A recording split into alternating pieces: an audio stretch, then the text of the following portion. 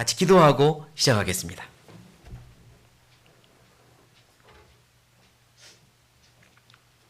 살아계신 하나님, 우리를 창조하시고 구원하시며 지금은 우리 삶의 주인이 되어주신 하나님을 범사에 인정하고 감사하며 사랑합니다. 우리에게 주신 저 영원한 천국의 소망을 저희들 마음 가득히 품고 살게 해주시고, 어떻게 하면 하나님 앞에 섰을 때 더 떳떳하고 더 자랑스럽게 설 수 있을지 늘 생각하며 오늘을 살게 도와주십시오. 같은 소망을 가진 귀한 형제자매님들 영원한 가족으로 알아 더 사랑하고 섬기며 하나 되는 우리 되게 도와주시고, 사랑으로 하나가 되어 이 사랑을 주변의 많은 이들에게 넘치도록 전해주는 우리 교회 되게 도와주십시오. 오늘도 하나님의 은혜를, 하나님의 말씀을 사모하여 이 자리에 모였으니 우리 모두의 마음을 열어주시고 하나님의 것으로 가득 채워주십시오.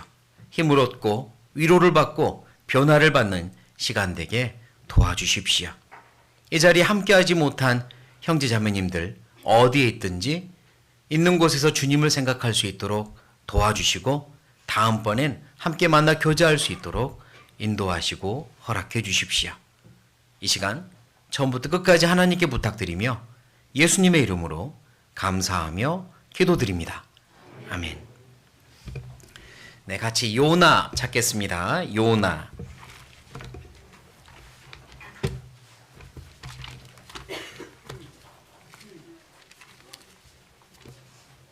요나입니다. 요나 3장. 요나 3장. 네, 주일에 계속해서 요나서를 배우고 있습니다. 오늘은 그 5번째 시간이에요. 요나 3장. 구약 1289페이지 요나 3장입니다. 구약 1289페이지 요나 3장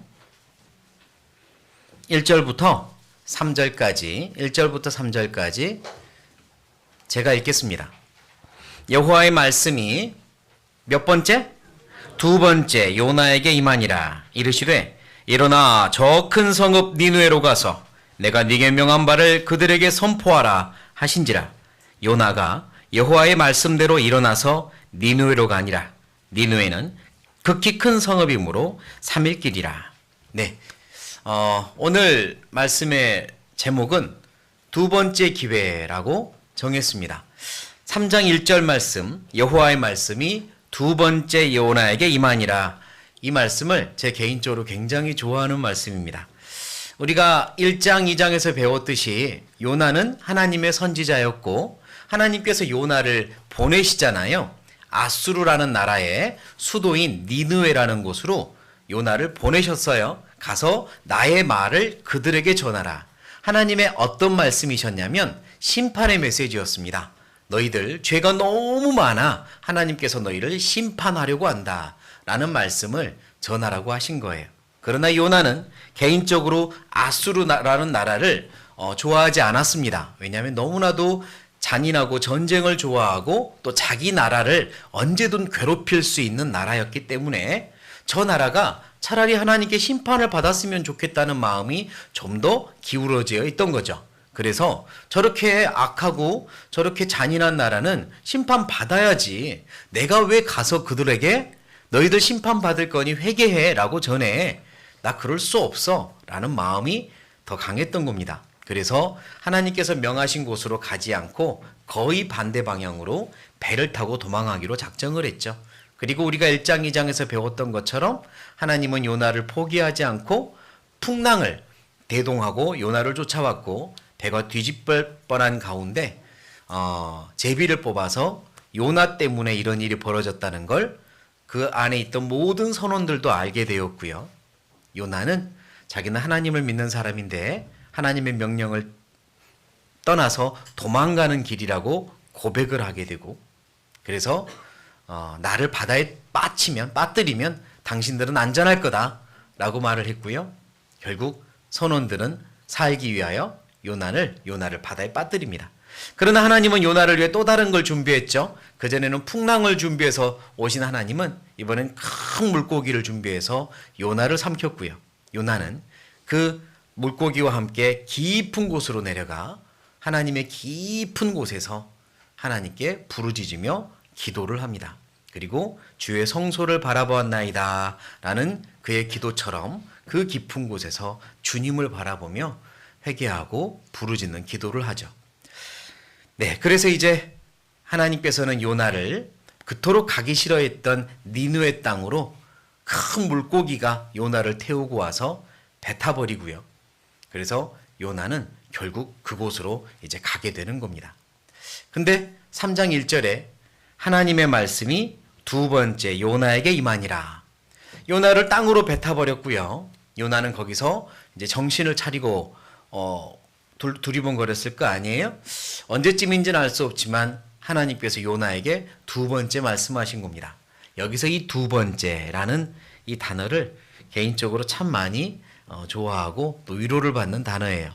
요나가 하나님의 명령을 떠나서 도망갔지만 하나님은 요나를 쫓아왔고 그리고 또 얼마든지 그 일로 인해서 요나를 징계하거나 벌 줄 수도 있었지만 하나님은 요나에게 두 번째 기회를 주십니다. 다시 가라 라고 요나에게 말씀하시잖아요. 두 번째 기회를 받는 요나. 사실 성경을 자세히 읽어보면 묵상하다 보면 하나님께서는 두 번째가 아니라 세 번째, 네 번째, 여러 번째 무궁무진하게 계속해서 기회를 주시는 자비하신 그리고 긍휼이 가득하신 하나님이라는 걸 알게 됩니다. 용서와 사랑과 그리고 우리를 향한 자비가 가득하신 하나님이라는 걸 알게 되는데요. 두 번째는 딱 두 번째가 아니라 계속해서 자비를 주시는 하나님을 알게 하기에 이 두 번째라는 단어를 참 좋아합니다. 요나는 두 번째 기회를 받았습니다. 그리고 우리에게도 하나님은 언제든지 또 다른 두 번째, 세 번째, 여러 번째의 기회를 주기 원하시거든요. 만약에요, 두 번째가 없다면 어떻게 될까? 너무나도 크고 큰 무서운 일입니다. 왜냐하면 어떤 그리스도인도 한 번도 실수하거나 넘어지지 않고 천국까지 하나님을 향하여 직진으로 갈 수 있는 그리스도인은 없기 때문입니다. 어느 누구도 구원받은 이후로 넘어지지 않고 곁길로 가지 않고 종로로만 전진할 수 있는 그리스도인은 저는 없다고 믿습니다. 넘어지기도 하고 실수하기도 하고 시행착오를 겪기도 하는데 그럴 때마다 하나님은 우리에게 두 번째, 세 번째, 네 번째 계속해서 자비로운 기회를 주시니까 우리가 다시 일어나서 또 하나님을 향하여 한 걸음 한 걸음 뚜벅뚜벅 갈 수 있는 거잖아요. 그러니 두 번째 기회가 있다는 건 너무 감사한 일입니다. 그리고 우리는 하나님이 주시는 두 번째, 세 번째, 네 번째 기회들을 계속 붙잡고 나아가야 하는 거죠. 그러면 어떻게 하면 하나님이 내게 계속해서 주시는 자비로운 기회들을 붙잡고 전진할 수 있을까? 그 방법은 무엇일까? 오늘 함께 배우고 싶은 주제입니다. 하나님에 대해서 더 많이 알수록 하나님이 어떤 분이신지 알수록 우리는 그 기회를 더 붙잡을 수 있고요.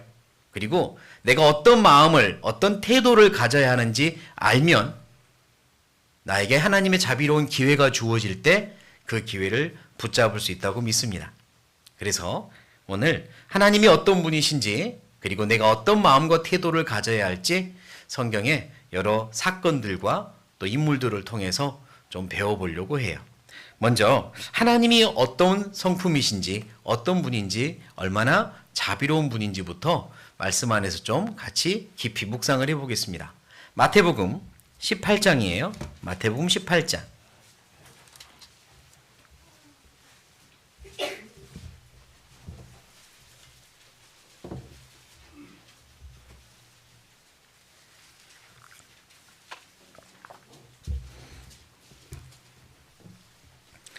마태복음 18장 21절. 마태복음 18장 21절. 제가 읽겠습니다. 그때 베드로가 나와 가로되 주여 형제가 내게 죄를 범하면 몇 번이나 용서해 주리까? 일곱 번까지 하오리까? 22절 같이 읽겠습니다. 예수께서 가라사대 네게 이르노니 7번뿐 아니라 70번씩 7번이라도 할지니라. 베드로는 예수님께 여쭙습니다. 형제가 나한테 잘못을 하면 몇 번 용서할까요? 7번까지 할까요? 글쎄요, 베드로가 생각하는 굉장히 많은 수는 7번이었던 것 같아요. 자기가 할 수 있는 어떤 기본 이상의 것이라고 생각했는지도 모르겠어요. 또는 7번 그러면 당대의 완전한 어떤 숫자의 개념으로도 사용을 했고요. 7번까지 할까요? 그랬더니 예수님은 아니 70번씩 7번 합하면 490번이네요. 490번까지 해라 라고 말씀합니다. 사실 개인적으로 내가 누군가를 거듭되는 잘못, 똑같은 잘못을 반복할 때 7번까지 용서하는 것도 스스로 생각해 보면 쉽지 않다고 생각합니다. 세상에 어떤 사람도 490번이나 똑같은 잘못을 용서할 수 있는 사람은 저는 없다고 생각합니다. 그런데 예수님은 490번까지도 하라고 하셨네요. 사실 이 말씀은 사람의 능력치나 사람의 마음을 이야기하셨다기보다는 하나님의 마음을, 하나님의 기준을 이야기하신 겁니다. 하나님의 기준이죠. 490번이 아니라 무한대로 하라는 말씀입니다. 끊임없이 끝까지 하라는 말씀이죠. 하나님의 기준입니다. 하나님의 마음이 그렇다는 거예요. 하나님은 똑같은 잘못, 반복되는 잘못이 있어도 무한대로 끝까지 용서할 수 있는 분이라는 걸 우리에게 말씀합니다. 하나님의 성품이에요. 그리고 우리는 그 성품을 점점 닮아가는 거죠. 천국에 가면 그 하나님의 마음을 우리가 더 이제 갖게 되는 거고요. 하나님은 끝까지 용서할 수 있는 분입니다. 긍휼이 무궁하다, 끝이 없다고 하셨어요. 하나님이 그런 분이십니다. 이스라엘 민족을 향한 하나님의 사랑과 긍휼을 보면 조금은 이해할 수 있어요. 이스라엘 민족, 성경의 구약에 이스라엘 민족의 역사가 쭉 나오잖아요. 그들이 하나님을 여러 차례 마음 아프게 하고 또 등을 돌리고 일부러 하나님을 배반하고 이런 역사가 계속 반복되는데 하나님은 그럴 때마다 이스라엘을 향해서 계속 손을 내미셨고 똑같은 일을 반복해도 용서하셨거든요. 느헤미야서를 보면요. 찾아보겠습니다. 느헤미야 9장. 역대하, 에스라, 느헤미야 9장.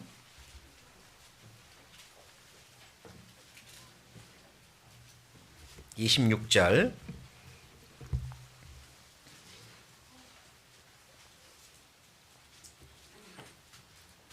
느헤미야 9장 26절.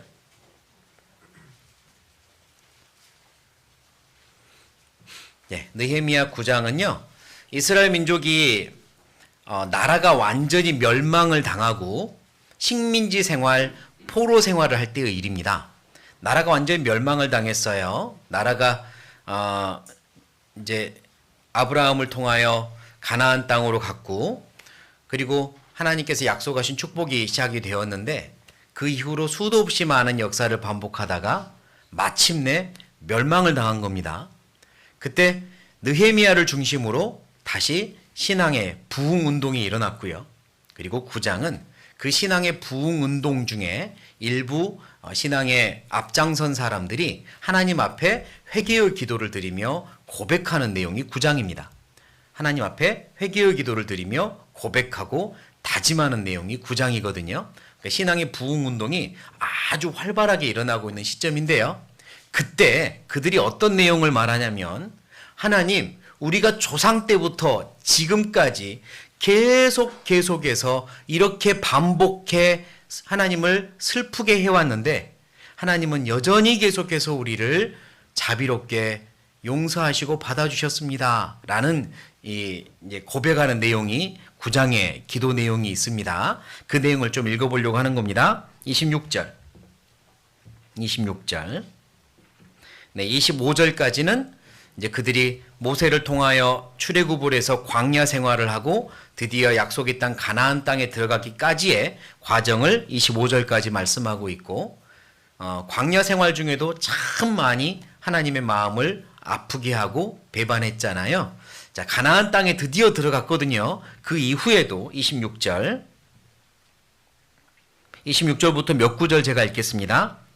저희가 오히려 순종치 아니하고 주를 거역하며 주의 율법을 등 뒤에 두고 주께로 돌아오기를 권면하는 선지자들을 죽여 크게 설만하게 행하였나이다. 여기서 설만하게는 하나님을 모욕했다, 모욕적으로 행했다는 의미입니다. 주의 율법을 등 뒤에 두고 주께로 돌아오기를 권면하는 선지자들을 죽여 크게 설만하게 행하였나이다. 그러므로 주께서 그 대적의 손에 붙이사 곤고를 당하게 하심에 저희가 환난을 당하여 주께 부르짖을 때에 같이 읽겠습니다. 주께서 하늘에서 들으시고 크게 긍휼을 바라사 구원자들을 주어 대적의 손에서 구원하셨거늘 됐습니다. 제가 계속 읽죠. 저희가 평강을 얻은 후에 다시 주 앞에서 악을 행함으로 주께서 그 대적의 손에 버려두사 대적에게 제어를 받게 하시다가 저희가 돌이켜서 주께 부르짖음에 같이 읽겠습니다. 주께서 하늘에서 들으시고 여러 번 긍휼을 바라사 건져내시고 됐습니다. 다시 주의 율법을 복종하게 하시려고 경계하셨으나 저희가 교만히 행하여 사람이 준행하면 그 가운데서 삶을 얻는 주의 계명을 듣지 아니하며, 주의 계명에 대한 구체적인 설명이죠. 저희가 준행하면 그 가운데서 삶을 얻는 주의 계명을 듣지 아니하며 주의 규례를 범하여 고집하는 어깨를 내어밀며 목을 굳게 하여 듣지 아니하였나이다. 30절 같이 읽겠습니다. 그러나 주께서 여러 해 동안 용서하시고 또 선지자로 말미암아 주의 신으로 저희를 경계하시되 됐습니다. 저희가 듣지 아니하므로 열방 사람의 손에 붙이시고도 31절 같이 읽겠습니다. 주의 긍휼이 크심으로 저희를 아주 멸하지 아니하시며 버리지도 아니하셨사오니 주는 은혜로우시고 긍휼히 여기시는 하나님이시니이다. 여기 기도하는 이들은 알고 있는 겁니다. 자기들의 역사를 쭉 돌아보니 정말 수도 없이 반복해 왔다는 거예요. 그렇게 하나님은 자비롭게 우리를 받아주시고 구원하시고 용서하시고 또 세워주시고 축복해 주시는데 좀 살만하면 좀 좋아지면 또 어긋나고 또 배반하고 또 하나님을 등을 돌리고 늘 그래 왔다는 겁니다. 그런데 하나님은 그럴 때마다 벌을 주셨다가도 또 하나님 잘못했습니다. 또 잘못했습니다. 그러면 그럴 때마다 또 마치 속아 주시는 것처럼 받아주시고 회복해 주시고 또 회복해 주고 나면 조금 시간 지나면 또다시 등을 돌리고 그게 늘 반복되어 왔습니다. 라는 거죠. 결국 우리는 이렇게 나라가 멸망을 당하는 또 하나님 앞에 벌을 받았네요. 그러나 하나님 저희들 결심합니다. 이제 뒷내용이 그렇습니다. 결심합니다. 이제는 하나님만 섬기겠습니다. 이러는 거죠. 하나님은요, 이스라엘 민족만 보면 490번이 아니라 정말 그 역사 속에 몇천 번은 반복되는 죄를 용서하고 참아주고 그러셨습니다. 나를 봐도 그렇습니다. 구원받고 나서 신앙의 연수가 많아지면 하나님 앞에 하나님 저 이렇게 했어요 라고 글쎄요 보여줄 만한 것도 있을지 모르겠지만 하나님이 나한테 보여주신 은혜와 자비, 용서를 참 많이 경험합니다. 내가 이렇게 했는데 또 받아주셨고 또 반복했는데 또 용서해 주셨고 또 반복했는데 또 받아주셨고 490번이 아니라 수천 번이 넘을 거예요. 하나님은 언제나 그러십니다. 정말 언제나 똑같은 사랑 가지고 우리를 대하셔요. 그분의 자비는 끝이 없습니다. 여기 이스라엘 민족이 멸망을 당했다고 했죠. 그들이 멸망을 당할 때의 선지자가 에스겔입니다. 에스겔이 이런 말씀을 해요. 에스겔서를 찾아보겠습니다. 에스겔 22장. 에스겔 22장.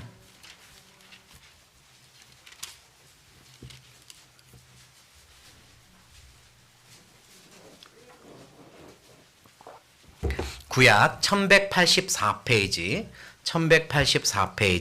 에스겔 22장. 22장 30절입니다. 에스겔 22장 30절.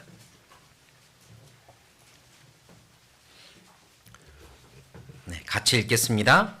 이 땅을 위하여 성을 쌓으며 성 무너진 데를 막아서서 나로 멸하지 못하게 할 사람을 내가 그 가운데서 찾다가 얻지 못한 고로. 자, 여기서 하나님의 마음을 좀 생각해 봐요. 하나님은 이스라엘 민족이 지금 정말 가장 악할 대로 악해 있는 상황에 있다는 걸 보셨습니다. 그들이 마음이 다 하나님을 떠났습니다. 이제 하나님이 그들을 벌하십니다. 이미 신명기 28장에 너희들이 계속해서 그래도 떠나면 너희들은 결국 대적에 의해서 멸망을 당하고 식민지가 될 거다. 너희 나라가 완전히 빼앗길 거다. 이스라엘 민족과 약속을 했습니다. 계속 떠나고 있잖아요. 그들을 심판하고 식민지, 다른 나라에 의해서 멸망을 당하게 할 시점이 다가오고 있습니다. 그런데 하나님은 계속해서 찾는 게 있어요. 그들을 심판해야 되는데 찾고 있습니다. 무엇을 찾고 있냐면 한 사람 찾고 있습니다. 어떤 한 사람이냐면 이 성 앞에서 딱 막아서서 하나님 안 돼요. 하나님 안 돼요. 이 성 기회를 주세요. 멸망시키지 마세요. 하나님 앞에 딱 막아서서 이 성문을 붙들고 기도하고 올 수 있는 사람 한 사람. 이 이스라엘 민족과 이 성을 위하여 기도할 한 사람을 부지런히 찾습니다. 누가 이 심판 좀 막아주라. 누가 이 심판 좀 막아라. 그런데 결국 그 한 사람이 없을 때 할 수 없이 바벨론이라는 나라를 들어서 이스라엘을 멸망시킨 겁니다. 하나님은 한 사람 찾았어요. 그리고 나중에도요. 한 사람 한 사람이 회개 기도를 드리기 시작하고 하나님 잘못했습니다. 하나님 잘못했습니다. 그럴 때 다시 또 그들을 받아주시고 포로들이 돌아오게 하셨거든요. 이스라엘 민족에서 그들의 멸망을 지연시킬 한 사람을 찾으신 것처럼 하나님은 내 인생에서 한 번을 찾으십니다. 그 한 번이 뭐냐? 하나님 잘못했어요. 저 다시 일으켜 주세요. 내가 넘어지려고 할 때, 넘어져 있을 때, 곤란한 중에 있고 절망 중에 있고 낙심한 중에 있고 주저앉아 있을 때, 때로는 뒤로 계속 미끄러지고 있을 때, 그때 하나님은 나에게 한 번을 찾으십니다. 어떤 한 번이냐? 잘못했어요, 하나님. 저 다시 일으켜 주세요. 저 다시 하고 싶어요. 그 한 번을 찾으십니다.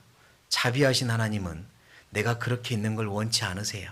계속해서 나를 부르고 계시고 내 양심 속에서 내 주변 상황으로 나를 노크하고 계시며 내가 깨어나기를, 하나님이 내밀고 있는 손을 잡기를 원하고 계시죠. 그 한 번이요. 잘못했어요, 하나님. 저를 일으켜 주세요. 늘 그러십니다. 늘 그래 오셨습니다. 앞으로도 그럴 거예요. 하나님에 대해서 우리가 이해하면 우리는 내가 뭐 자존심, 너무 뻔뻔한 거 아니야? 내가 이래도 되는 거야? 그런 거 다 없습니다. 하나님의 큰 사랑 앞에 다 불타버리고 말아요. 정말 실오라기 하나 쉽게 불타는 것처럼 하나님 사랑 앞에 내가 내세울 자존심, 뻔뻔함 그런 거 없습니다. 하나님, 저 다시 일으켜 주세요. 또 반복하고 있지만, 또 넘어졌지만, 또 주저앉고 있지만 하나님 저 좀 일으켜 주세요. 그걸 원하십니다. 하나님은 그 한 번을 원하세요. 하나님에 대해서 아셔야 돼요.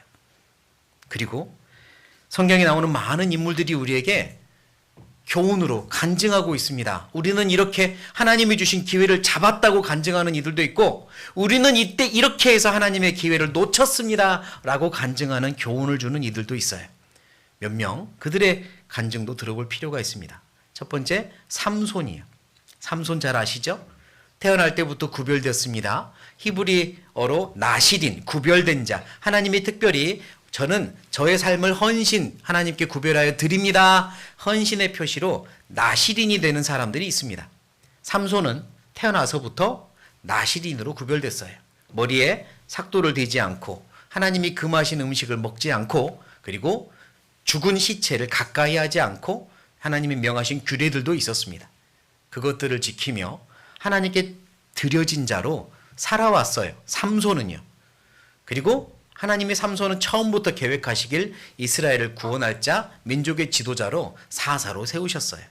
그러나 뭐 자세히 오늘 삼손에 대해서 배울 수는 없지만 우리가 아는 것처럼 삼손은 점점 곁길로 나간 겁니다. 하나님이 금하신 일들을 계속 행했고 민족들이 해서는 안 될 일들, 이방 여인을 가까이 하며 죄를 짓고요. 점점점 하나님과 멀어집니다. 그리고 언젠가는 사자의 시체를 만지고요. 분명히 어떤 형태로든 시체를 만지면 나시린의 규례상 머리를 다시 밀어버리고 하나님 앞에 제사를 드리고 다 무효가 되고 다시 시작해야 되는데, 삼손은 사자의 시체를 만져놓고도 아무렇지도 않게 다니거든요. 이미 그의 마음은 하나님과 떠나 있습니다.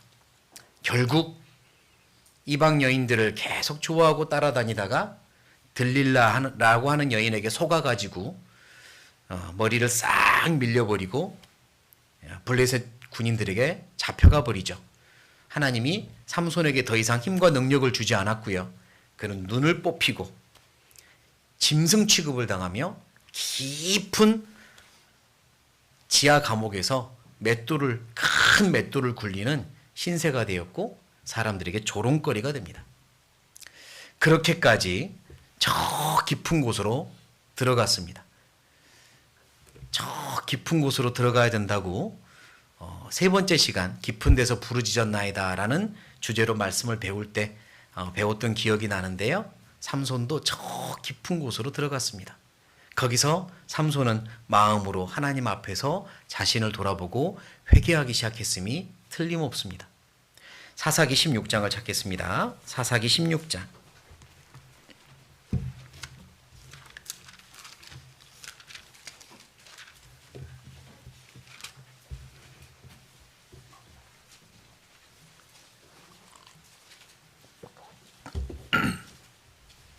사사기 16장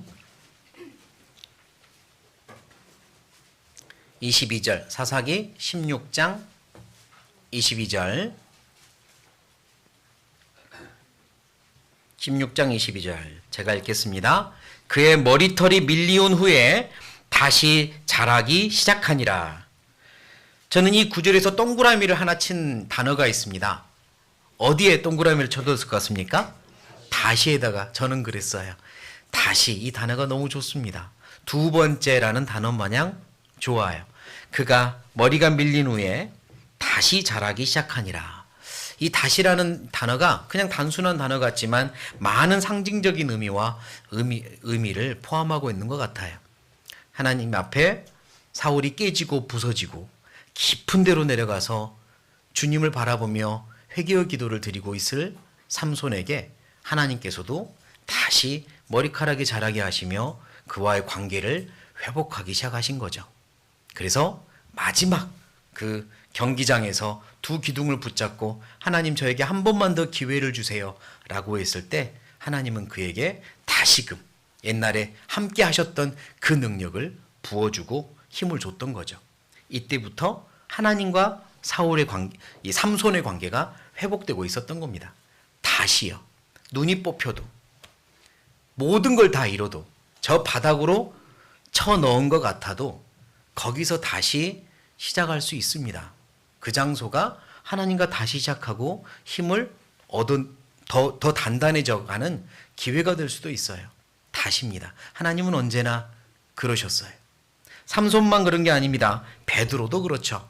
누가복음을 찾아보겠습니다. 누가복음 22장.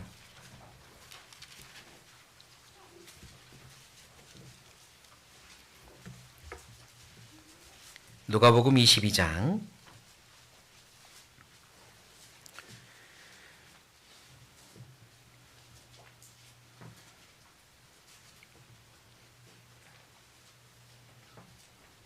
61절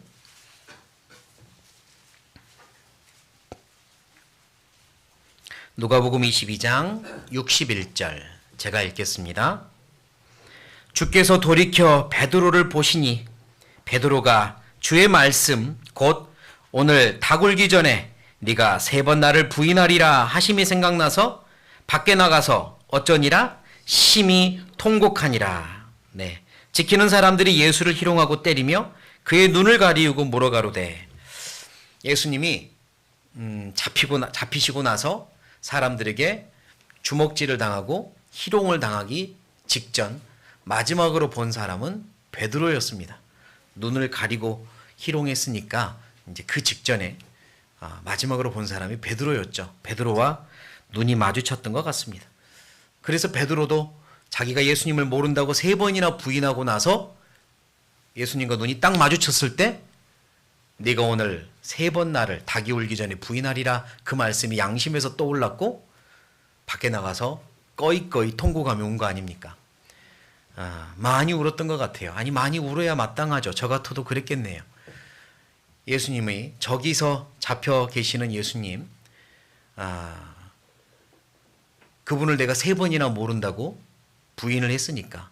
그리고 사실 몇 시간 전에 다른 사람들은 다 버릴지라도 저는 죽어도 예수님 버리지 않을 거라고 또 자신만만했으니까.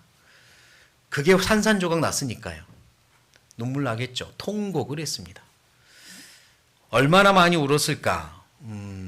예수님이 부활하시고 베드로 앞에 나타났을 때도 울었을 것 같고, 그 이후로 나는 고기 잡으러 가노라, 약간은 뭘 어떻게 해야 될지 방향을 찾지 못해 옛날 갈릴리 호수로 가서 고기 잡고 있는 그 순간에도 계속 눈에는 눈물이 멈추지 않았을 것 같습니다. 그러다가 예수님이 베드로에게 찾아오신 거잖아요.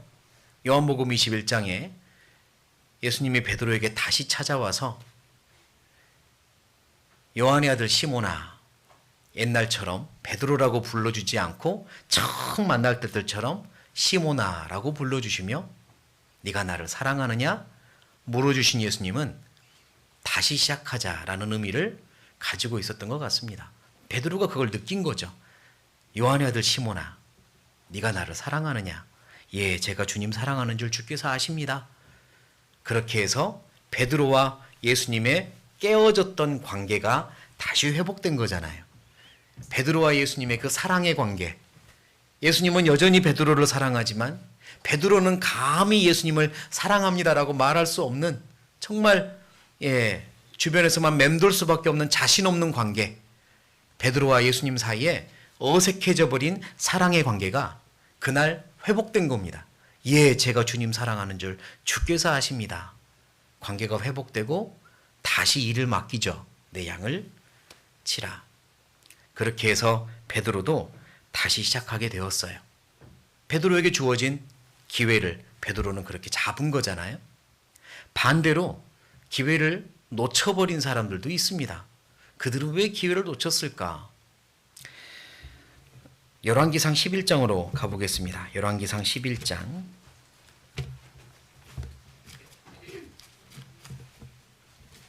열왕기상 11장.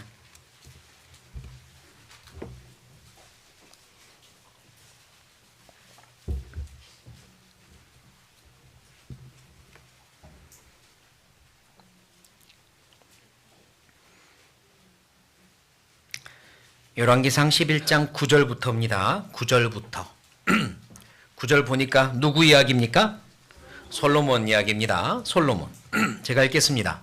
솔로몬이 마음을 돌이켜 이스라엘 하나님 여호와를 떠남으로. 여기서 떠남으로의 원어적 의미는 스스로 떠남으로입니다. 마음을 돌이킨 것도 스스로고요. 떠난 것도 의지를 가지고입니다. 마음을 돌이켜 떠남으로 여호와께서 저에게 진노하시니라.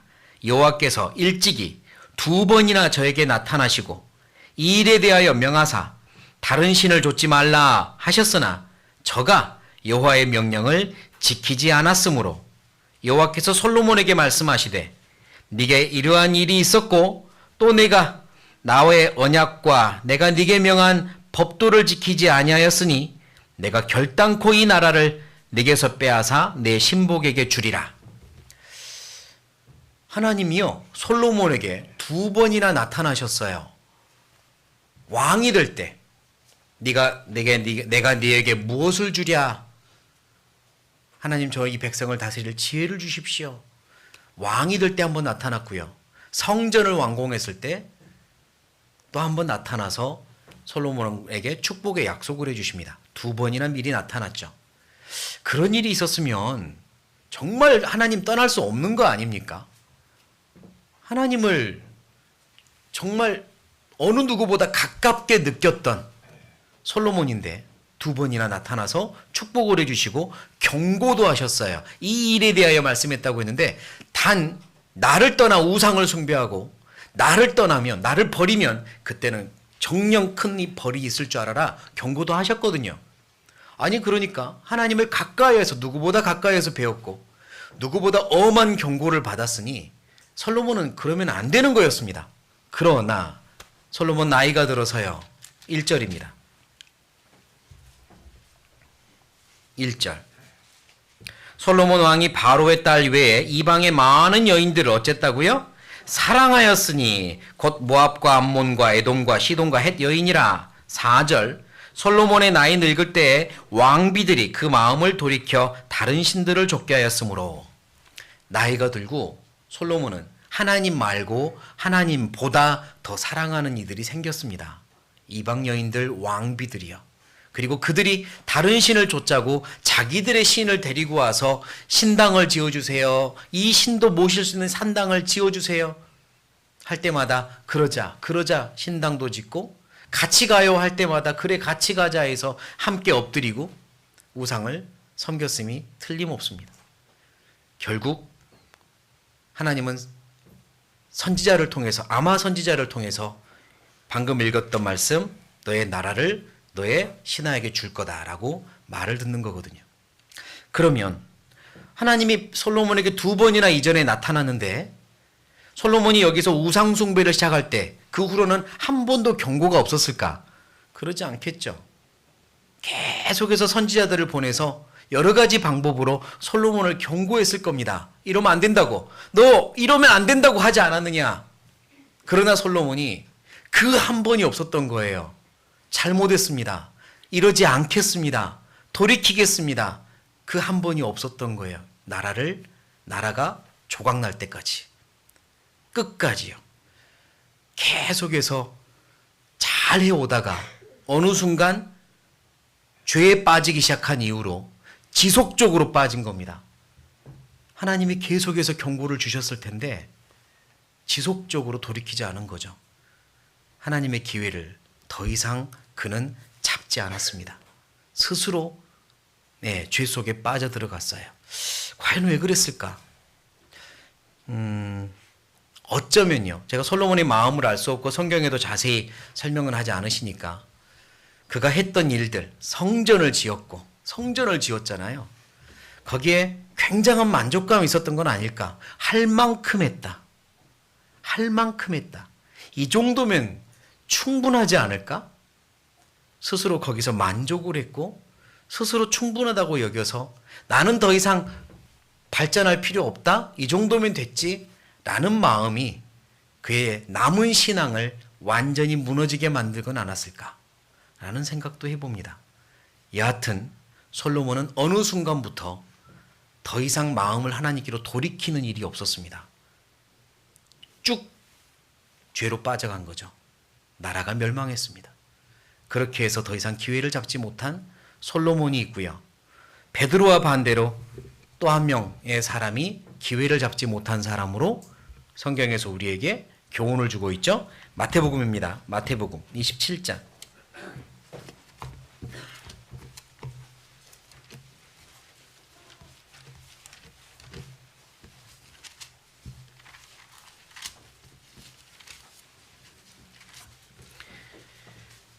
마태복음 27장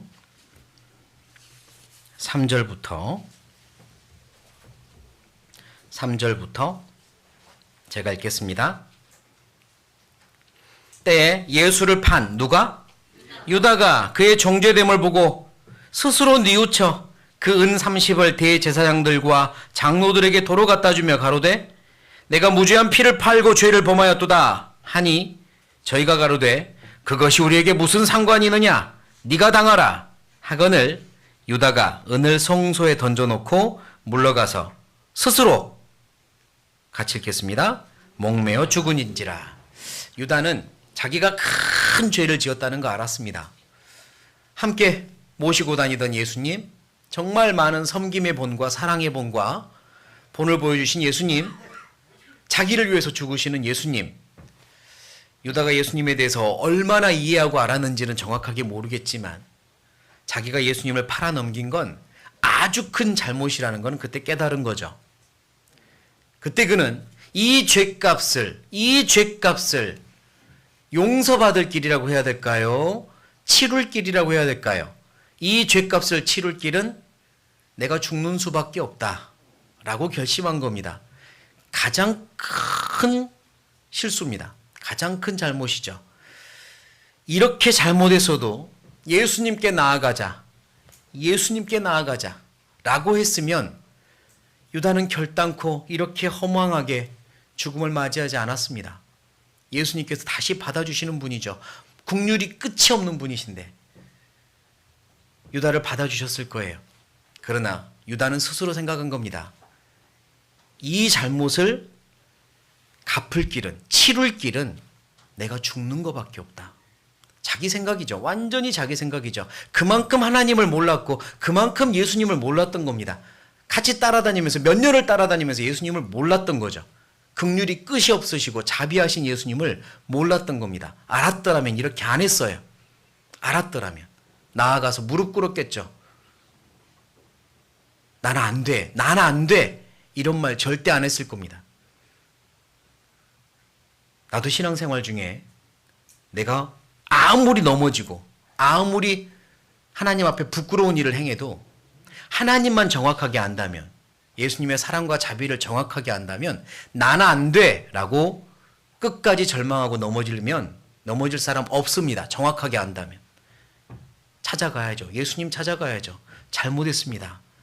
다시 저에게 기회를 주세요. 이러는 게 맞죠. 그러나 유다는 그러지 않았습니다. 예수님을 몰랐던 거예요. 끝까지 몰랐습니다. 요한복음 13장 1절에는 이런 말씀하잖아요. 찾아보겠습니다. 요한복음 13장 1절.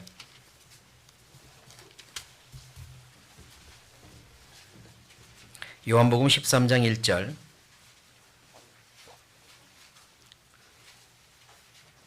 제가 읽겠습니다.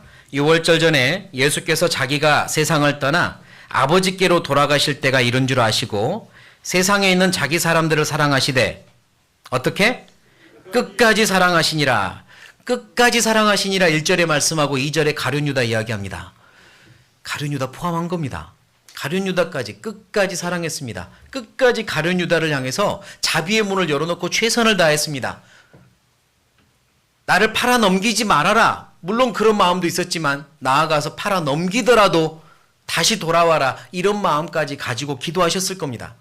끝까지 자비의 문을 열어두셨죠. 그러나 유다는 예수님을 몰랐습니다. 하나님의 사랑과 자비를 몰랐어요. 내가 책임지는 게 마땅해 하고 끄는 겁니다. 그러지 마세요. 하나님을 안다면 그러지 마십시오.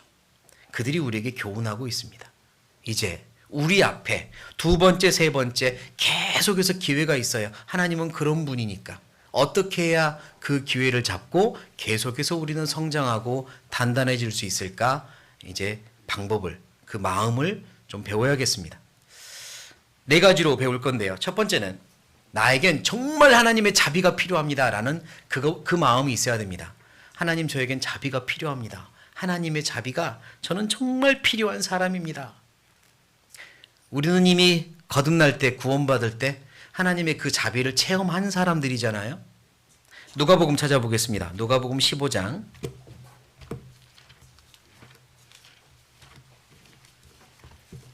누가복음 15장.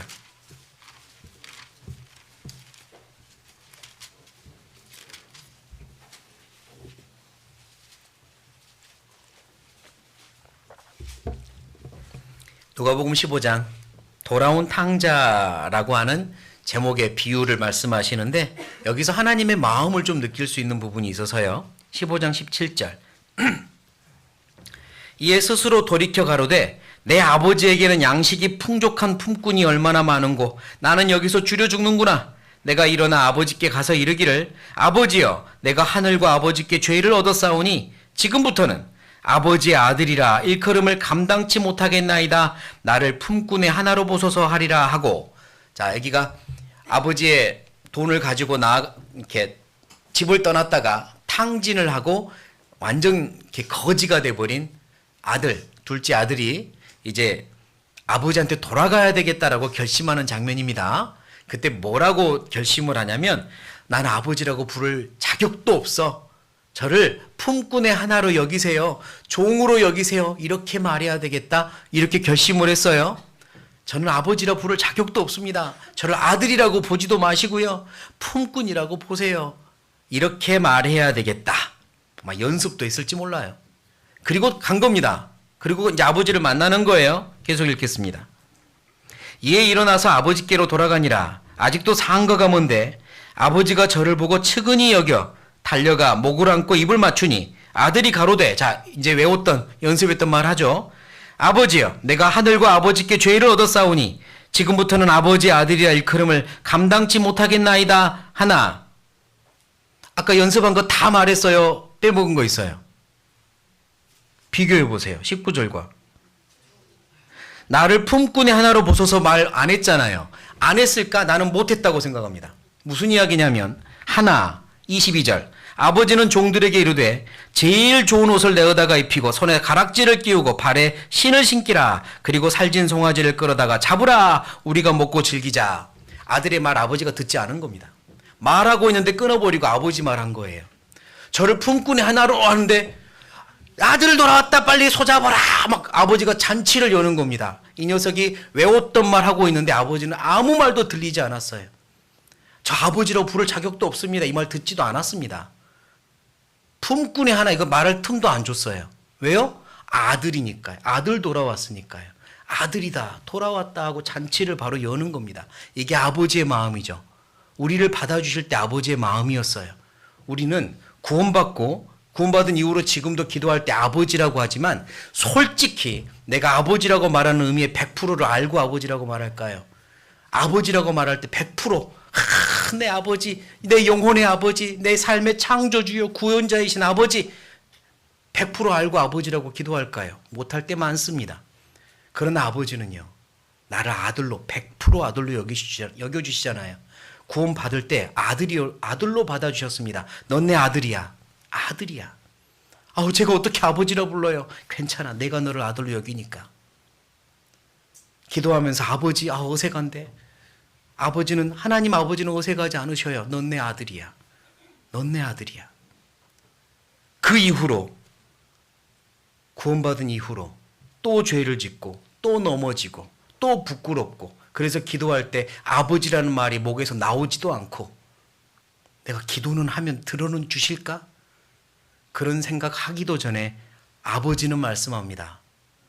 그래 네가 무릎 꿇었구나. 네가 마음 열었구나. 내 아들 이제 마음 열었구나. 기다렸다. 우리 사랑 관계 회복하자. 우리 회복하자. 이러시는 거죠.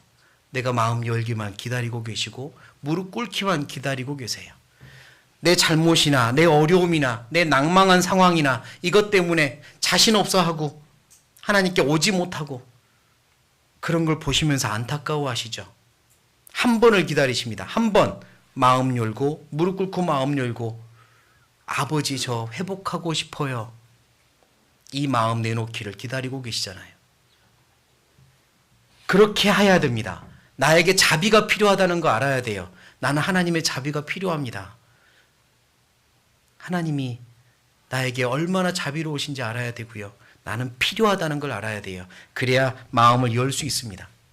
때로는 아버지시기 때문에 힘들고 싫어도 나를 징계하는 거잖아요. 히브리서 12장에 그래서 징계한다고 말씀했습니다. 아버지로서 사랑하니까 징계도 하신다고. 아버지니까 잘못된 길로 가지 말라고. 그러면서 당부하시죠. 징계받을 때 낙심하지 말아라.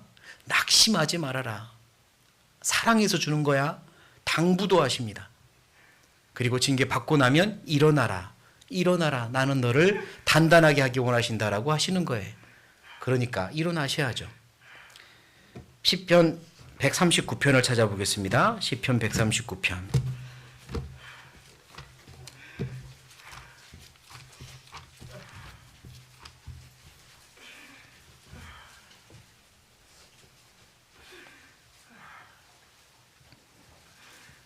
시편 139편 7절. 139편 7절입니다. 7절. 7절 같이 읽겠습니다. 내가 주의 신을 떠나 어디로 가며 주의 앞에서 어디로 피하리이까? 잘 생각해 보세요. 내가 어디로 갈 데가 없어요. 내가 갈 곳은 결국 천국이에요. 구원받았다는 말은 하나님이 나의 영혼의 아버지시고 갈 곳은 천국밖에 없으며 하나님 다시 만날 수밖에 없는 운명이다. 그게 구원받았다는 의미입니다. 갈 데가 어디 있어요? 갈 데 없어요. 천국밖에 없어요. 그러면 내가 갈 데가 천국밖에 없다는 걸 안다면, 정말 갈 데가 천국밖에 없다는 거 안다면 하루라도 빨리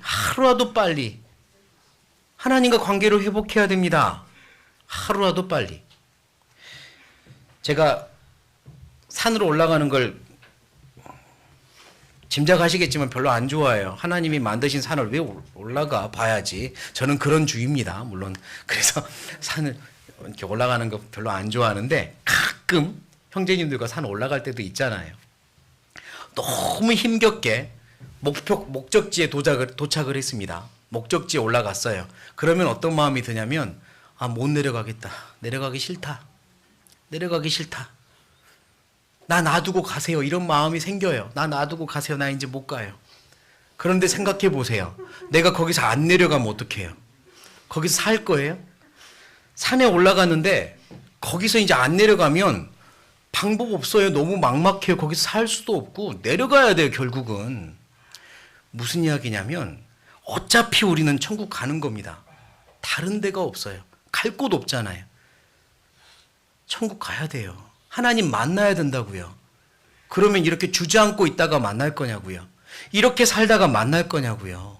이렇게 낙심한 채로 만날 거냐고요. 만나기 전에 회복할 건가요? 그럴 수 없잖아요. 지금입니다. 지금 회복해야 돼요. 어차피 천국 가서 하나님 만날 건데 조금이라도 더 당당하게 만나야 되지 않겠습니까?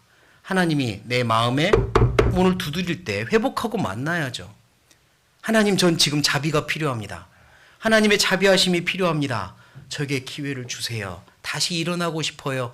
그래야 하는 겁니다. 하나님은 언제든지 그걸 기다리고 계시니까. 그렇게 해서 다시 시작하는 겁니다. 나에게 정말 필요하다는 걸 알아야 돼요. 주님 떠나서 갈 데는 없어요. 그리고 지금 내가 혹 넘어지거나 아픈 일이 있거나 그럴 때 한번 생각해 봐야 됩니다. 아까 삼손과 솔로몬의 예를 들었습니다. 삼손과 솔로몬. 삼손이 왜 그렇게 무너져 버렸을까? 삼손이. 제 개인적으로 생각하는 것 중에 하나는요. 삼손은 어려서부터 대적자가 없었어요. 자기가 져본 적이 없는 거예요. 어려서부터 늘 넘어졌고 늘 이겨냈고 늘 승리했어요. 삼손은요. 누가 자기를 아프게라도 했을까요? 삼손은 넘어진 적이 없어요. 승리만 했어요. 늘 승리의 쾌감만 느꼈겠죠? 그러나 그 느꼈던 승리의 쾌감들이 자기를 계속 약하게 했던 겁니다. 신앙의 뿌리가 얕았던 거예요. 결국은 넘어져 버립니다. 뿌리째 뽑혀버렸어요. 삼손은 져본 적이 없어요. 그게 삼손을 약하게 했다고 저는 생각합니다. 다시 말해서요. 넘어져 보고 아파보고 징계 받아보고 해야 됩니다. 그게 있으면서 그걸 하나님 붙잡고 일어나는 경험을 할 때, 일어나는 경험할 때 단단해지는 거예요. 어린아이들이 섰다 할 때요. 섰다를 시작할 때. 상 잡고 벽 잡고 일어날 때 주저앉지만 바라보잖아요. 그 과정을 통해서 다리에 힘이 생기고 언젠가 일어나는 거니까. 넘어져 봐야 됩니다. 일부러 내가 넘어질 필요는 없지만 하나님께서 나에게 징계를 주시거나 또는 어떤 일로 인하여 내가 넘어졌을 때는 한탄하지 마시고 하나님, 저 일어나겠습니다. 하나님, 저 일어나게 해주세요. 이 일을 통해서 일어나게 해주세요. 하셔야 됩니다. 솔로몬도 마찬가지입니다. 솔로몬은 우리가 일반적으로 금수저 그러는데 솔로몬은 금수저도 아니죠. 왕의 수저를 물고 태어났어요. 다윗의 집안에 왕자로 태어났습니다. 솔로몬은요, 제가 봤을 때는 어려움을 거의 겪지 않았어요. 다윗은 왕이 될 때까지 아주 험난한 길을 겪었죠. 솔로몬은 태어나 보니 왕자였고 아버지가 다윗이었어요. 얼마 안 지나서 왕의 자리에 올라갔고요. 성전 지었지만 다윗이 준비 다 해놨습니다. 아버지가 준비 다 해놓은 거 지은 거예요, 솔로몬은. 무리하게 많은 인부들 끌어다가 불평불만 사가면서 성전 지었습니다. 솔로몬은요, 어려움 겪은 적이 별로 없어요. 솔로몬이 다윗을 이어서 왕이 될 때 잠깐의 형제의 반역이 있었지만 아주 쉽게 처리되고요. 그래서 솔로몬은 나이가 들었을 때 그렇게 쉽게 넘어진 겁니다. 2번이나 하나님이 나타났지만, 경고도 했지만 넘어져 버려요. 뿌리째. 왜죠? 어려움을 거의 극복해 본 경험이 별로 없습니다. 하나님이 우리에게 어려움을 겪게 하시죠. 때로는 징계도 주시고. 왜요? 그래야 단단해지니까요. 그래야 단단해지니까. 뿌리가 깊어지니까. 그러므로 내가 혹 어려움에 있다, 아프다, 그럴 때면 주저앉고 한탄하지 마시고요. 일어나십시오. 일어나야 됩니다. 그게 단단해지는 길이니까. 남은 생에 단단하게 사는 길이니까요. 나에게 필요한 겁니다. 필요하다고 생각하세요. 그래서 세 번째는 이제 진심으로 자기를 돌아보고 간절하게 기도해야 합니다. 진심으로 자기를 돌아보고 간절하게 기도해야 돼요. 하나님과 나와의 관계 회복이 첫 번째입니다. 베드로가 예수님과 사랑의 관계를 회복했듯이 첫 번째예요. 하나님과 나와의 관계를 회복하십시오. 하나님의 십자가 앞에 가서 다시 무릎 꿇고 주님이 나를 위해서 피 흘리신 그 십자가, 나를 사랑하신 그 십자가 앞에 무릎 꿇고 내가 어떻게 살아야 될지 다시금 돌아보고, 하나님 저에게 힘을 주세요. 하나님 저 일어나게 해주세요. 기도해야 합니다. 열심히 살고 싶다고 간증하는 거 어렵지 않습니다. 열심히 살아야 한다고 호소하는 것도 할 수 있어요. 진짜 어려운 건요, 자기가 넘어져 갈 때, 침체되어 있을 때 자기 자신의 나약함을 고백하고 다시 일어나는 건 굉장히 어렵습니다. 근데 그걸 해내야 돼요. 그걸 해내야 됩니다. 나의 나약함을 고백하고 하나님께 기도하고 일어나게 해주세요. 저 일어나겠습니다. 회복하게 해주세요. 그건 어렵습니다. 그런데 하셔요. 해야만 합니다. 이 모습 이대로 천국 가서 하나님 만날 수 없잖아요. 단단해져야 됩니다. 그러기 위해선 일어나셔야 돼요. 진심으로 회복하셔야 됩니다. 다윗은요, 시편입니다. 시편 51편.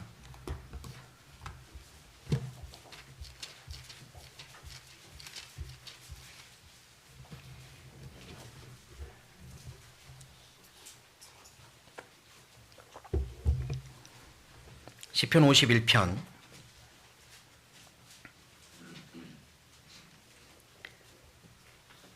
10절. 일단 51자 위에를 보시죠. 51자 위에 다윗의 시 영장으로 한 노래. 다윗이 밧세바와 동침한 후 선지자 나단이 저에게 온 때. 우리가 아는 사건이죠. 다윗의 치명적인 죄, 간음죄, 그리고 간접 살인 교사 우리아를 밧세바의 남편을 죽게 하고, 그리고 약 1년여 남짓 동안 회개하지 않고 있다가 나단 선지자가 와서 그의 잘못을 지적해 줄 때 그는 그때 부서지고 깨지고 무너지기 시작하는데요. 자기가 큰 죄를 지었다는 거 알았으니까. 그때 그는 이렇게 기도합니다. 10절. 하나님이여, 내 속에 정한 마음을 창조하시고 내 안에 정직한 영을 새롭게 하소서. 나를 주 앞에서 쫓아내지 마시며 주의 성신을 내게서 거두지 마소서. 주의 구원의 즐거움을 내게 회복시키시고 자원하는 심령을 주사 나를 붙드소서. 하나님 저를 붙들어 주세요. 구원의 즐거움을 회복시켜 주세요. 주님의 성령님이 내게 있게 해주세요.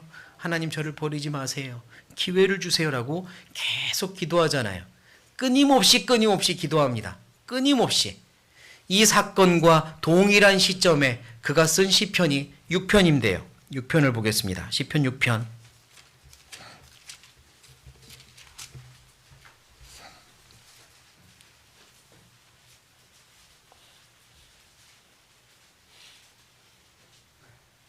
6편 6절 같이 읽겠습니다. 내가 탄식함으로 곰핍하여 밤마다 눈물로 내 침상을 띄우며 내 요를 적시나이다. 한 번만 울었겠냐고요. 밤마다 울었습니다. 밤마다 눈물로 내 침상을 띄우며 내 요를 적시나이다. 다윗은 그랬습니다. 다윗은 밤마다 울었어요. 밤마다. 그렇게 하면서 회개했죠. 다시 일어나고 싶어서 그 마음이 우리에게 필요합니다.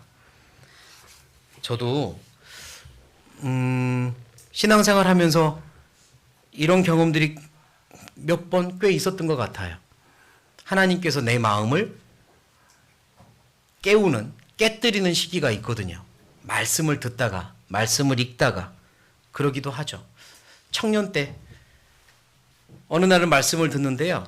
그 말씀이 제 마음을 막 깨부수는 느낌을 받았습니다. 계속 말씀에 대해 양심에서 두드리면서 위선자야, 이 위선자야, 이 위선자야. 그 말씀이 저를 계속 두드리는 거예요. 위선자야. 그 말씀을 들으면 얼마나 아팠는지. 그리고 말씀이 끝나고 형제자매들은 식사하러 가는데 저는 곧바로 골방을 찾아 들어갔어요. 그 교회 구석진 곳에 들어가서 얼마나 울며 기도했는지 몰라요. 정말 많이 울었습니다. 그때. 하나님, 잘못했습니다. 제가 하나님 앞에 너무 위선자처럼 살았습니다. 저를 일으켜주세요. 다시 살게 해주세요. 그런 경험들이 몇 차례 있어요. 기도하면서도 그렇습니다. 기도하다가도 어느 순간 내 마음의 양심이 깨지고 부서지는 순간이 있어요. 그러면 확 눈물이 나죠. 하나님 잘못했습니다. 제가 너무 위선자입니다. 제가 너무 하나님 앞에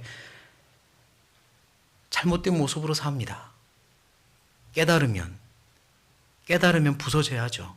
회개하고 진심으로 회개하고 다시 하나님과의 관계를 회복하고 일어나야 합니다. 그 순간들이 있다고요.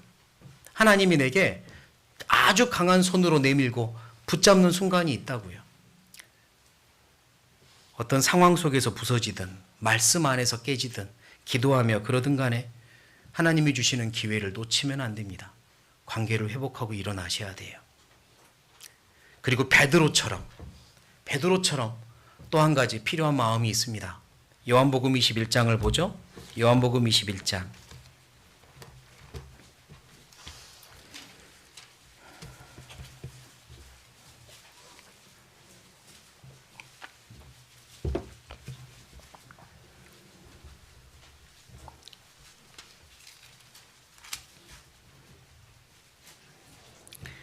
요한복음 21장 7절입니다. 7절.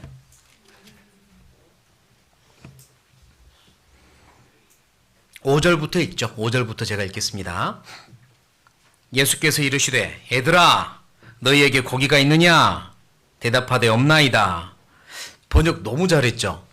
예수님이 제자들한테 얘들아 너희에게 고기가 있느냐? 대답하되 없나이다. 가라사대 그물을 배 오른편에 던지라. 그리하면 얻으리라 하신대 이에 던졌더니 고기가 많아 그물을 들 수 없더라. 예수의 사랑하시는 그 제자 요한이 먼저 알아보고 베드로에게 이르되 주시라 예수님이다 하니 같이 읽겠습니다. 시몬 베드로가 벗고 있다가 주라 하는 말을 듣고 겉옷을 두른 후에 바다로 뛰어내리더라. 주님이라는 말을 듣자마자 베드로가요 뭐 생각할 것도 없이 바다로 뛰어내립니다. 주님한테 달려가려고. 그러니까 그의 마음속엔 오직 주님 생각만 가득한 거예요. 예수님을 3번이나 모른다고 부인하고 통곡을 하는 날들이 계속되고 있는 겁니다. 부활하신 예수님을 만났지만 여전히 예수님 앞에 잘못했다고 말한 적도 없고 관계를 회복하지도 않은 것 같고 계속 울고 있는 거죠, 마음으로. 그러다가 주님이 저기 얘들아 하셨던 분이 주님이라는 거 알고 나니 그냥 생각할 것도 없이 뛰어내리는데 딱 하나 한 게 있죠. 뭘 했습니까? 벗었던 옷을 집어 입었어요. 반대의 아닐까? 물속에 뛰어들려면 옷 벗고 뛰어들어야죠.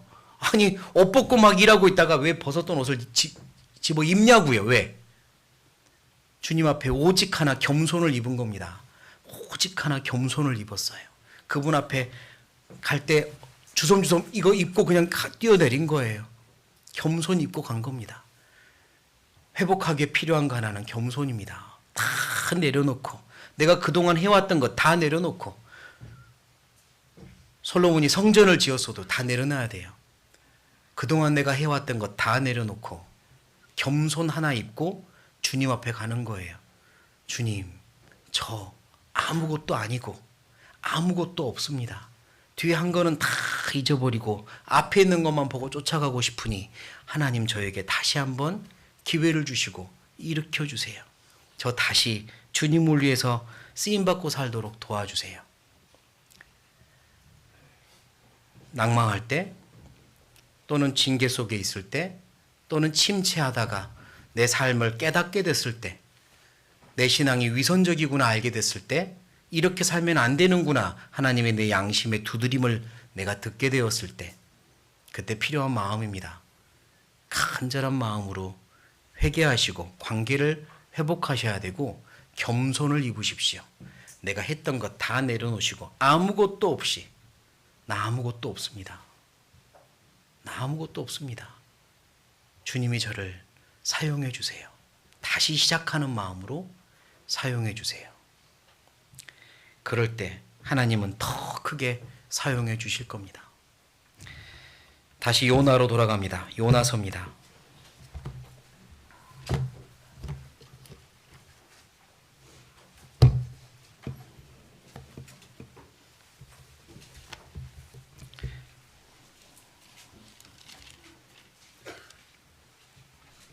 요나 1장입니다. 요나 1장 17절. 요나 1장 17절. 여호와께서 이미 큰 물고기를 예비하사 요나를 삼키게 하셨으므로 요나가 3일 3야를 물고기 배에 있으니라. 요나는 물고기 뱃속에 갇혀 깊은 바다로 내려갑니다. 약 3일 동안 무엇을 했을까요? 그는 정신 차리면 기도만 했습니다. 계속해서 기도만 했죠. 하나님 앞에 부르짖은 겁니다. 그 기도의 내용이 2장에 있는 거고요. 계속해서 기도합니다. 그리고 회개하고 주님의 성소를 바라보며 다짐하고 서원도 올리죠. 이렇게 살겠습니다. 서원도 올려요. 2장 9절입니다. 2장 9절. 나는 감사하는 목소리로 주께 제사를 드리며 나의 소원을 주께 갚겠나이다. 구원은 여호와께로서 말미암나이다. 나의 소원을 갚겠습니다. 한 번만 더 기회를 달라고 기도를 했을 수도 있고요. 나의 소원을 갚겠습니다. 그런 마음으로 기도했더니 하나님은 요나의 마음을 받아주신 겁니다. 하나님께서 우리에게 2번째, 3번째, 4번째, 여러 번째 기회를 주실 때 그때 꼭 기억해야 될 게 하나가 있어요. 3장 1절부터 다시 읽겠습니다. 여호와의 말씀이 2번째 요나에게 임하니라. 이르시되 일어나 저 큰 성읍 니느웨로 가서 내가 네게 명한 바를 그들에게 선포하라 하신지라. 왜 기회를 주시냐면 하던 일 계속하라고요. 내가 너에게 맡긴 일 계속하라고요. 내가 너한테 졌다. 네 마음대로 해. 절대 그러신 게 아닙니다. 엄마들은 아이들이 마트에서 땡깡 부리며 울면 졌다. 알았어. 사줄게. 이렇게 하지만 하나님은 그러지 않으세요. 나를 일으켜 세울 때 네 마음대로 해가 아니라 내가 너를 일으켜 세운 건 내 계획을 이루고자 함이라. 다시 말씀하시는 거예요. 하나님의 계획은 흔들리지 않으세요. 나를 향한 하나님의 계획 흔들리지 않습니다. 나를 통해서 일하시고 천국에서 영광으로 갚아주실 계획이 흔들리지 않으세요. 나를 통해 일하기 원하십니다. 쉼 없이 전진하기 원하세요. 그래서 기회를 주시는 거죠. 일어나면 주님의 뜻이 뭔지 알고 주님 뜻대로 살겠다고 그러니까 다짐해야 됩니다. 주님 뜻대로 살다가 주님 봐야죠. 그러고 싶지 않으세요? 주님 뜻대로 한번 살아보고 싶지 않으십니까? 주님의 뜻이 이루어지기 위하여 때로는 내가 희생을 하고 때로는 고난을 받더라도 그게 주님의 뜻이라면 주님은 그렇게 할 겁니다. 주님은 그렇게 할 거예요. 나에게 희생을 요구도 하시고 또 고난도 받게 하실 거예요. 그걸 통해서 주님의 뜻이 이루어진다면 그렇게 하실 거라고요. 내가 이제는 너를 아프게 하지 않을게. 이러지 않으신다고요. 내가 기회를 받는 이상 하나님의 뜻대로 걸어가야 됩니다. 그게 가장 영광의 길이니까. 주님은 나를 주님 뜻대로 사용하기 위하여 일으키신다는 걸 잊지 말았으면 좋겠어요. 그 의미는 지금 내가 여기 이렇게 살아있는 것도 주님의 뜻을 이루기 위하여 살아있는 거지 내 마음대로 살기 위하여 있는 것도 아니고 내 뜻이 이루어지기 위하여 하나님의 마법이 가끔 필요해서 사는 게 아니라는 겁니다. 주님의 뜻이 이루어지기 위하여 오늘 살고 있어요. 그렇게 살다가 주님 만나야죠. 가장 큰 사명은 요나에게 다시 보낸 것처럼 복음 전하는 겁니다. 복음 전하는 사명. 한 명이라도 더 살리는 사명. 그걸 위해서 서로 사랑하는 거고 교회 안에서 배우는 거고 성장하는 거고 그래서 힘을 합해 한 명이라도 더 영혼을 살려야죠. 그걸 위해 사는 겁니다. 그렇게 살았으면 좋겠어요. 혹시 나에게 넘어지는 일도 없고 하나님 붙잡고 일어나야 하는 부르짖는 일도 없다면 어쩌면 내 마음속엔 하나님 뜻대로 살아보고자 하는 의지도 없기 때문은 아닐까. 너무 슬픈 이야기지만 그럴지도 모르니 자신을 좀 돌아봅시다. 그리고 내가 이왕 사는 거 하나님의 뜻이 나를 통해 이루어졌으면 좋겠다. 쓰임받으며 살고 싶다. 결심하셨으면 좋겠고 혹 하나님이 내 마음속에 두드리는 게 있다면 하나님 앞에서 무릎 꿇고 기도하고 다시 일어나는 시간을 꼭 가지시기를 부탁을 드립니다.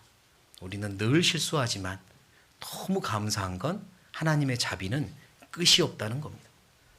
단 한 번 하나님 앞에 마음 열고 기도하면 하나님은 다시 나를 받아주시고 시작하신다는 거죠.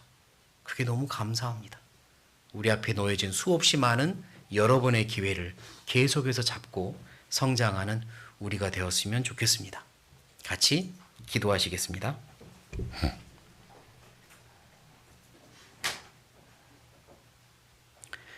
살아계신 하나님, 저희를 놀라운 사랑으로 구원해 주시고 그 동일한 사랑으로 지켜주시고 기다려주시고 도와주셔서 감사합니다. 지금 이 순간 이렇게 살고 있는 것이 하나님의 은혜이고 또 하나님의 목적이 있다는 걸 잘 알고 있습니다. 어떻게 살아야 될지 가르쳐 주시고 부끄럽지 않은 삶을 살도록 도와주십시오. 하나님 앞에서 내게 주신 시간과 물질과 그 어떤 것도 허비하고 낭비하고 살지 않도록 도와주십시오. 주님 앞에 섰을 때 부끄럽지 않게 설 수 있도록 도와주십시오. 우리가 복음을 전해야 될 수없이 많은 이들에게 담대하게 복음을 전할 사명을 분명히 하고 살도록 도와주십시오. 우리를 통해 오직 주님만이 영광 받으시기 원합니다. 우리 교회를 통해 주님이 뜻이 이루어지고 주님이 영광 받으시기 원합니다. 도와주십시오. 이 시간 이후의 모든 일정도 하나님께 부탁드리며 예수님의 이름으로 감사하며 기도드립니다. 아멘.